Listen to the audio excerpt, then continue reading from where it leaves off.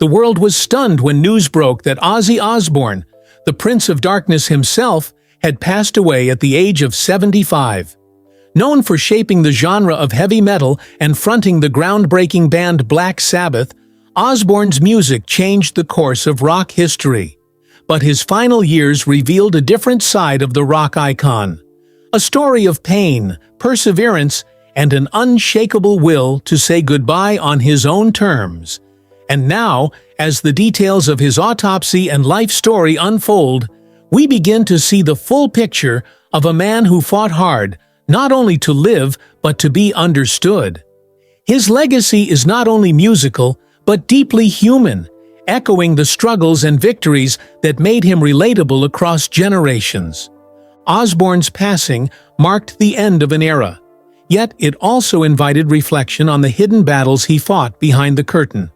For a man who once bit the head off a bat on stage, what truly defined him in the end was not shock value, but raw honesty.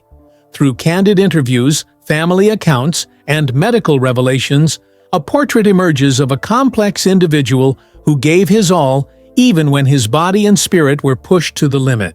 The autopsy revelation. While the official cause of Osbourne's death has not been publicly confirmed, a recent autopsy report has revealed new insights that have left fans and medical professionals equally surprised. For years, Ozzy had been open about his diagnosis with Parkinson's disease in 2019, a neurological condition that progressively affects movement. But the report suggests that Osbourne had been dealing with a series of compounding health issues, some of which date back more than 2 decades. What many didn't know is that the 2019 fall in his home exacerbated a severe neck injury sustained in a 2000 quad biking accident. That initial accident left lasting spinal damage, which, according to the autopsy, had deteriorated more than previously believed. The fall led to multiple surgeries involving spinal fusion and the insertion of metal rods. These procedures left Osbourne immobile for long stretches, and his muscles weakened from inactivity. His immobility, in turn, caused additional complications. Prolonged bed rest can lead to blood clots, muscle atrophy, and cardiovascular strain, all of which can contribute to overall decline in health. Ozzy reportedly battled infections stemming from surgical implants and experienced reduced lung capacity, possibly caused by decreased movement and long-term pain medication use. In addition, the autopsy confirmed years of chronic pain that had gone underreported. While he often made light of his condition in interviews, the reality was far darker. He suffered from degenerative disc disease, recurring infections, and extensive nerve damage, a culmination of a lifetime of injuries, substance abuse, and relentless touring schedules. Doctors described his spine as structurally compromised, and noted that even sitting up unassisted had become a monumental task in his final year. A life marked by struggle. John Michael Ozzy Osbourne was born on December 3, 1948, in Aston, a working-class neighborhood in Birmingham, England.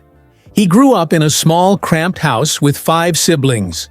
His father, Jack, worked night shifts at a car factory, while his mother, Lillian, assembled car parts. Money was scarce, and the house often felt crowded, noisy, and chaotic. Yet, there was a foundation of love that held the family together. The economic hardship shaped Ozzy's view of the world. His earliest memories included sharing a bed with his brothers and eating simple meals like toast and tea for dinner. The lack of privacy, structure, and comfort forced Osbourne to develop a vivid imagination and a thick skin. He later credited these challenging years with giving him the emotional fuel he needed to succeed in music. From a young age, Osbourne struggled academically. He couldn't read or write well and was later diagnosed with dyslexia. Teachers labeled him as lazy, and students mocked him, leaving him feeling isolated and misunderstood. He dropped out of school at age 15, taking on various odd jobs, from tuning car horns to working at a slaughterhouse. None lasted long. At 17, Osbourne was arrested for breaking into a clothing store. He was sentenced to prison, an experience that left a lasting impact. His father chose not to pay his bail, hoping the jail time would teach him responsibility. Osbourne later admitted the experience scared him straight, but not permanently. He continued to struggle with substance use throughout his life. His brushes with the law and difficulty holding down jobs fed into a cycle of low self-worth. Music for Osbourne was not just an escape, it was a necessity. He had few other options and even fewer people who believed in his potential. That desperation would later become the fuel behind his raw, intense performances. Early music and the rise of Black Sabbath. Despite his turbulent youth, music became Osbourne's salvation. He formed a band with local musicians Tony Iommi, Geezer Butler, and Bill Ward. Originally called Earth, they soon renamed themselves Black Sabbath, inspired by the dark themes of horror films. Their music, heavy, brooding, and unapologetically loud, was unlike anything the world had heard. In 1970, they released their debut album, Black Sabbath, followed quickly by Paranoid. Hits like Iron Man and War Pigs catapulted them into international fame. Osbourne's unique voice, a mix of haunting melody and raw power, became the defining sound of heavy metal. Through the 1970s, the band released a series of successful albums, but Osbourne's escalating substance use began to interfere with his work. Black Sabbath stood out not just because of their sound, but because of their image and message. They embraced themes of war, social unrest, and the darker aspects of the human condition. Ozzy's theatricality on stage, from his wild outfits to his manic energy, mesmerized audiences.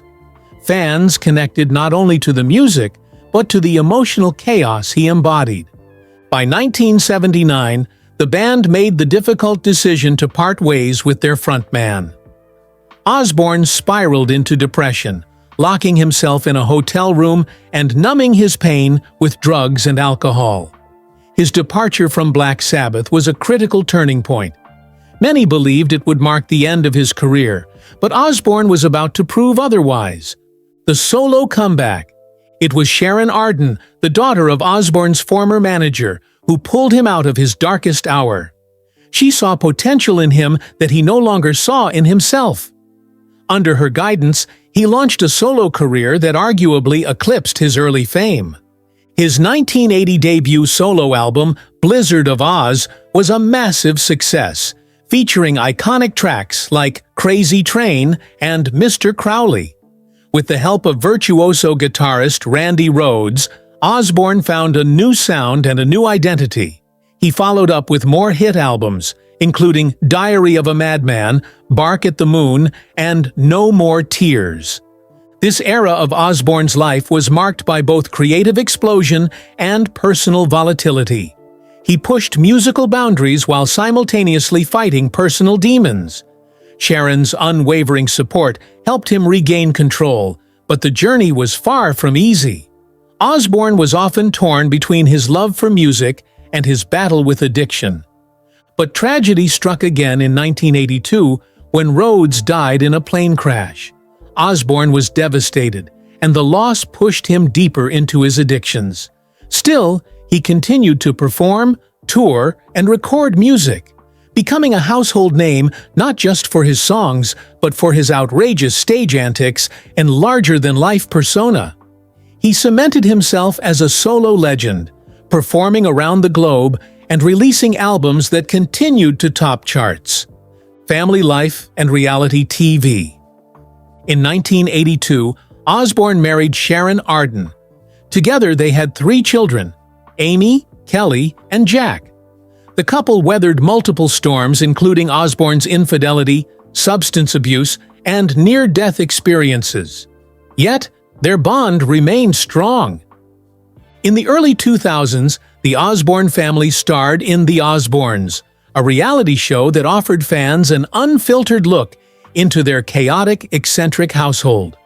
The show was a cultural phenomenon, running from 2002 to 2005 and winning an Emmy. It introduced a new generation to Osbourne, who now appeared as a bumbling but lovable dad struggling to understand technology, fame, and fatherhood. The show redefined celebrity culture and brought attention to mental health in a raw, unfiltered way. It wasn't just about entertainment. It gave audiences a glimpse into the personal challenges of a music legend. The show humanized Ozzy.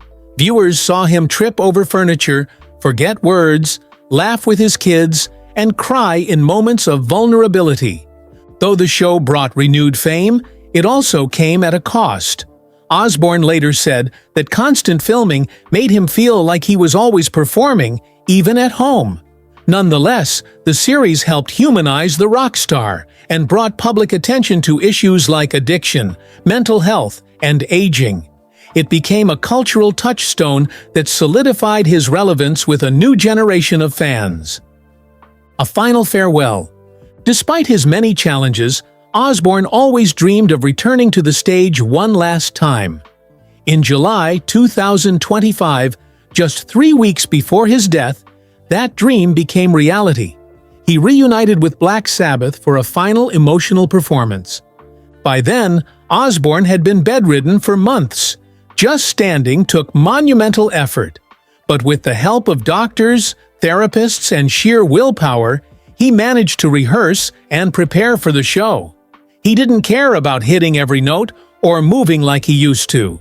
He simply wanted to be there, with his band, saying goodbye to the people who had given his life meaning. Fans who attended the performance described it as emotional and transcendent. Though physically weak, Osbourne's voice still carried power. He sang not just with his lungs, but with his soul. The performance was broadcast globally, drawing millions of viewers. For many, it felt like the end of an era, and the perfect goodbye from a man who had given everything to music. His wife Sharon later said, "That night gave him peace. He felt whole again." His final bow was not a spectacle, but a statement. A declaration that, despite all odds, he was still standing, still singing, still Ozzy. Legacy and final wishes. Osbourne was never shy about his past. He spoke openly about his regrets, especially his absence from the lives of his first set of children, Jessica and Louis, whom he had with his first wife, Thelma Riley. He admitted to being a poor husband and father in those early years and expressed deep remorse. But in the end, what he wanted most was to be remembered as someone who tried. Not as a perfect man, but as a man who faced incredible odds and kept going. A man who loved his family, cherished his fans, and never gave up on the music that saved his life. He also expressed the desire to be remembered for his honesty. In interviews during his later years, he talked openly about his faults, his fears, and his fight with mortality. He hoped that his journey would inspire others facing adversity to keep going, no matter how hard the road. Career milestones and achievements. Over his 5-decade career, Osbourne sold more than 100 million albums worldwide. He was inducted into the Rock and Roll Hall of Fame as a member of Black Sabbath in 2006 and received numerous Grammy Awards. He created Ozzfest, a traveling festival that brought heavy metal to the masses. His collaborations spanned generations, from working with Randy Rhoads in the 80s to featuring on tracks with Post Malone in the 2020s. His voice, presence, and spirit became symbols of a genre that continues to evolve. Osbourne also received accolades from critics and peers alike. He was honored with a Global Icon Award at the MTV Europe Music Awards and was featured in countless documentaries celebrating rock history. His influence reached beyond music, into fashion, television, and even video games. Few artists have had such a wide-ranging cultural impact. The story of Ozzy Osbourne is one of contradiction and complexity. He was wild and tender, broken and brave, misunderstood and admired. He was a rock god who never forgot he was also a flawed human being. And in the end, He found peace not in perfection, but in perseverance. He didn't ask to be remembered as a legend. He just wanted people to know he gave it everything he had. And that, in the end, is more than enough. Ozzy Osbourne's journey was never a straight path, but it was always unforgettable. From the smoky clubs of Birmingham to sold-out arenas across the world, from prison cells to platinum records, his life defied the ordinary at every turn. Yet beyond the headlines and the howls, the darkness and the decadence, lay a man who simply wanted to be heard and understood. His death may mark the end of a remarkable life, but his spirit echoes far beyond the final curtain.